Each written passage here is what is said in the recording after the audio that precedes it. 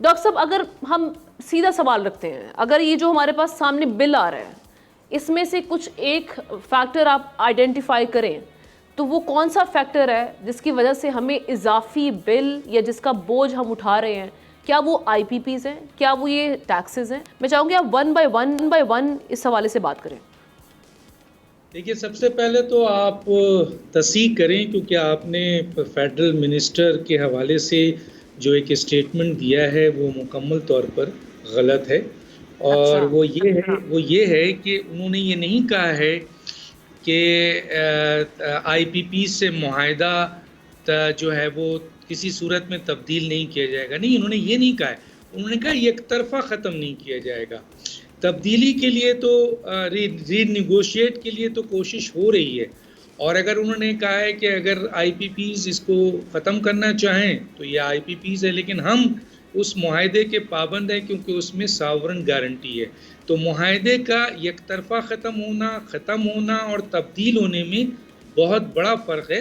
तो यकतरफा तौर पर ही ये वर्ड एग्जैक्टली यूज किया गया डॉक्टर साहब जी। नहीं, आपने कहा थैंक यू है फॉर कि करेक्शन, बट तब्दील, मैंने ये यूज किया वर्ड। जी जी। मैं उसकी तस्दीक कर दूं, आप चाहें तो रिकॉर्ड बाद में सुन लीजिएगा। चलें।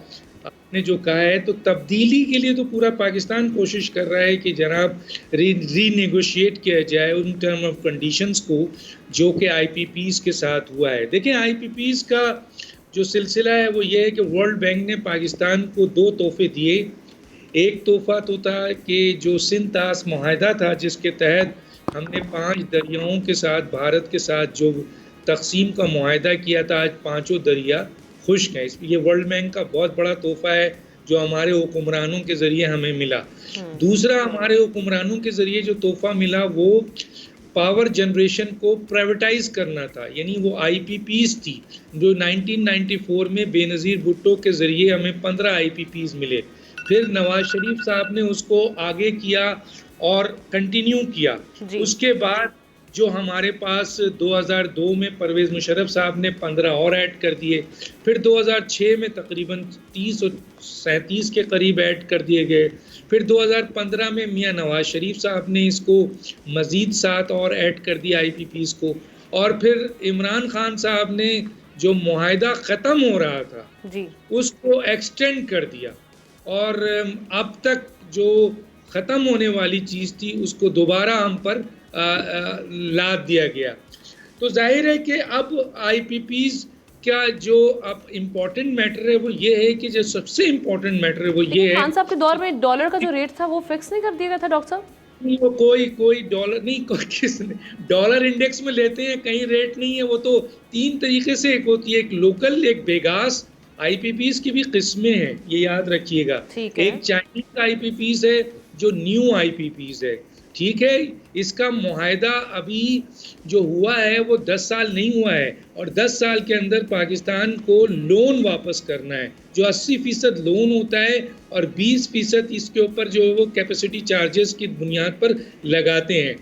ओल्ड जो 20 और 30 साल पुरानी है जिसका जिक्र मैंने किया है, उसके ऊपर ये सब डॉलर इंडेक्स पे कमाते हैं।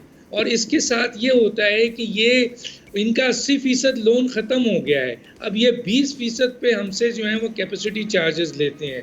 बेगास कहते हैं कि जी हम तो गन्ने के फलौज़दे से बनाते हैं, ना हमारे पास इम्पोर्टेड कोल होता है, ना हमारे पास फ्यूल होता है इम्पोर्टेड, ना हमारे पास जो है वो आपके इम्पोर्टेड गैस है। तो हमें, लेकिन नवाज शरीफ साहब ने 2014 में इन लोगों को जो बेगास से बनाया जाता है, जिसमें ना इम्पोर्टेड कोल है, ना इम्पोर्टेड गैस है, ना इम्पोर्टेड फ्यूल है, इनको भी डॉलर इंडेक्स कर दिया। बताइए क्या मेहरबानी है मियां नवाज शरीफ साहब की। तो सवाल ये पैदा होता है कि ये जो आपका सबसे बड़ा जो IPPs के साथ कई पॉइंट्स के साथ मुआहदे में जो इम्पोर्टेंट है कि जितनी बिजली वो बनाएंगे, आप ख़रीदेंगे, फ़र्ज़ कीजिए वो 100 किलोवाट बनाते हैं और आपकी ज़रूरत 50 है, लेकिन एग्रीमेंट के तहत आपने 100 का पैसा देना है। ये याद रखिए कितनी बड़ी है।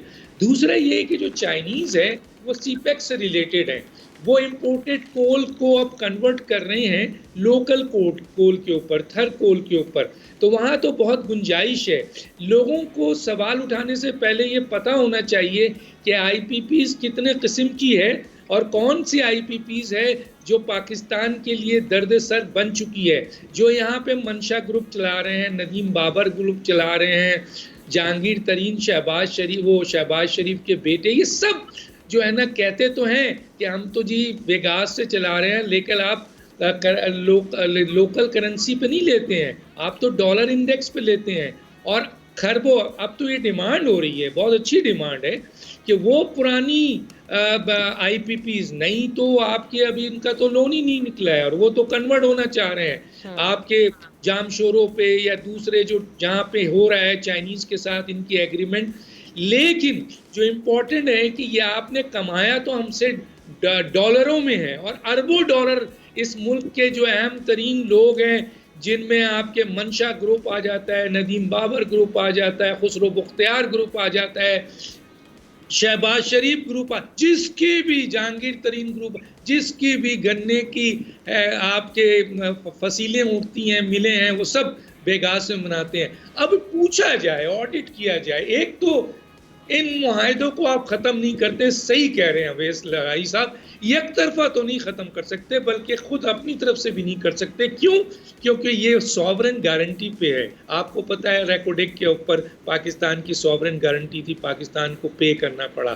तो जहाँ सॉवरेन गारंटी होती है वहाँ पर मामलात को रीनेगोशिएट किया जाता है। अब जो इनको मौका दिया जा रहा है वो ये दिया जा रहा है कि जो लोग रीनेगोशिएट के लिए आईपीपीज आते हैं उनसे रीनेगोशिएट किया जाए, और जो रीनेगोशिएट नहीं करते हैं उनको बाय बैक कर दिया जाए, यानी उनको खरीद लिया जाए।